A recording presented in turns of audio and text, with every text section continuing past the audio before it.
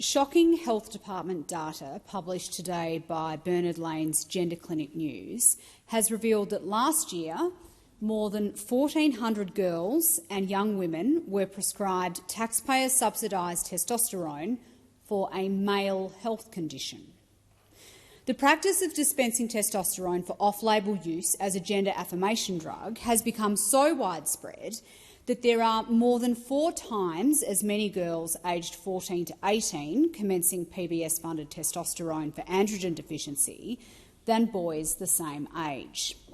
In the 19 to 23-year age group, more than 8 times as many young women commenced on PBS-funded testosterone for androgen deficiency than young men the same age.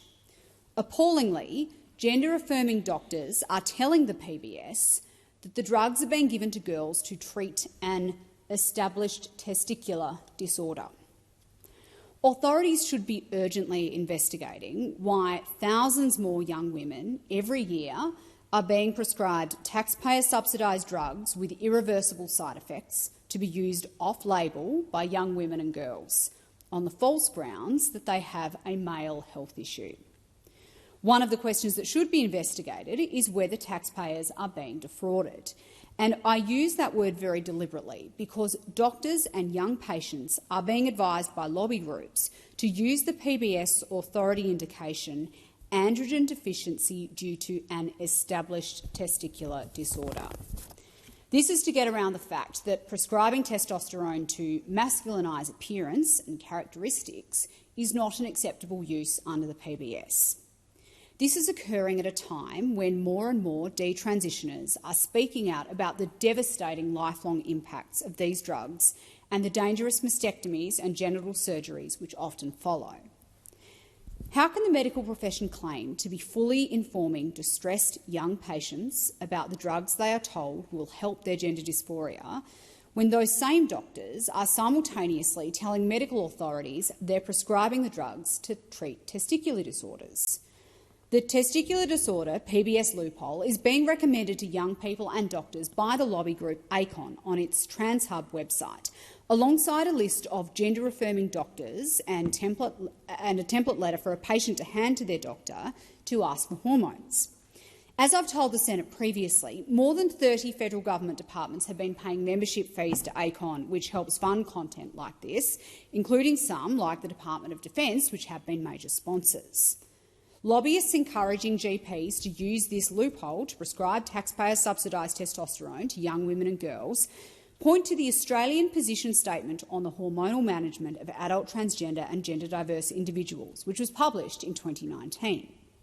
For example, ACON's TransHub website tells patients and doctors that the position statement does recommend targeting trough total testosterone levels in the lower end of the male reference interval.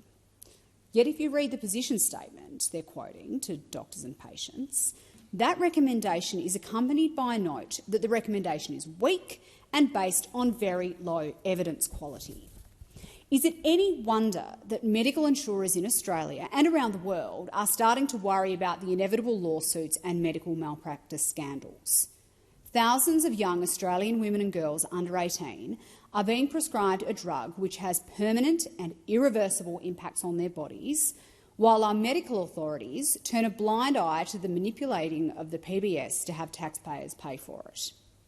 As reporting from The Age's Michael Blanchard this week showed, young Australians are now increasingly being pushed towards GPs to access gender-affirming treatment.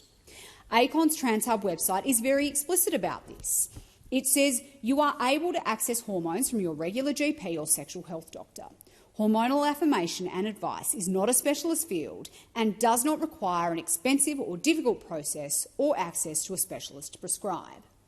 ACON then goes on to describe the tactic of doctors claiming a female patient has an established testicular disorder to enable a taxpayer subsidy for these drugs.